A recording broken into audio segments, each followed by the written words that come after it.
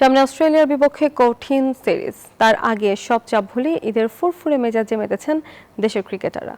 নিজ শহর বগুড়ায় বাবার সাথে ঈদের আনন্দ ভাগাভাগি করছেন উইকেটরক্ষক ব্যাটার মুশফিকুর রহিম। অন্যদিকে ঢাকায় ছেলেকে নিয়ে ঈদের নামাজ আদায় করেন গতি তারকা তাসকিন আহমেদ। আসন্ন অস্ট্রেলিয়া সিরিজের জন্য দেশবাসীর কাছে ঈদের দিনে দোয়া চান তারা।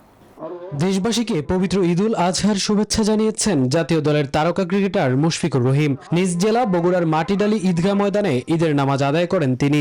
নামাজ শেষে স্থানীয় মুসল্লিদের সাথে ঈদের কোলাকুলি ও শুভেচ্ছা বিনিময় শেষে আসন্ন অস্ট্রেলিয়া সফরে বাংলাদেশ দলের জন্য সবার কাছে দোয়া ও শুভকামনা চান তিনি।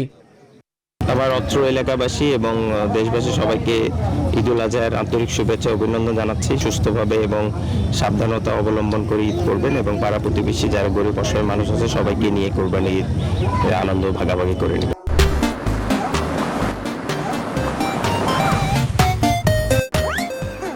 এদিকে রাজধানী ঢাকায় ছেলেকে সাথে নিয়ে ঈদের নামাজ আদায় করেছেন পেসার তাসকিন আহমেদ। মোহাম্মদপুরের জাকির হোসেন রোড ঈদগাহ ময়দানে নামাজ শেষে ভক্ত ও শুভাকাঙ্ক্ষীদের সাথে কুশল বিনিময়ের পাশাপাশি অস্ট্রেলিয়া সিরিজ নিয়ে তাসকিন জানান, প্রতিপক্ষ হিসেবে তারা অবশ্যই কঠিন, তবে মাঠের লড়াইয়ের জন্য পুরোপুরি প্রস্তুত রয়েছে টাইগাররা।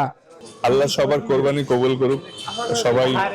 সবাই পরিবারের সাথে উদযাপন করেন। আসলে প্রত্যেকটা বছরের ঈদই অনেক স্পেশাল। ডেফিনেটলি অস্ট্রেলিয়ার সাথে খেলা তো সহজ হবে না, কঠিন প্রতিপক্ষ, বাট আমরাও আশাবাদী। আমরা লাস্ট কয়েকটা সিরিজ জিতছি এবং খুব ভালো হচ্ছে।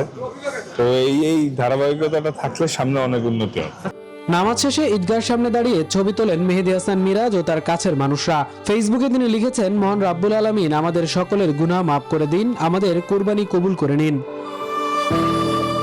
ঈদের নামাজ পড়তে ঈদগাহ ময়দানে গিয়ে সামাজিক যোগাযোগ মাধ্যমে ছবি শেয়ার করে ঈদ মোবারক জানান বাহাতি পেসার শরীফুল ইসলাম ও এনামুল হক বিজয়। এদিকে সন্তানকে কোলে নিয়ে ঈদের শুভেচ্ছা জানান off spinner Naim Hasan. Mamunur Rahman, news 24।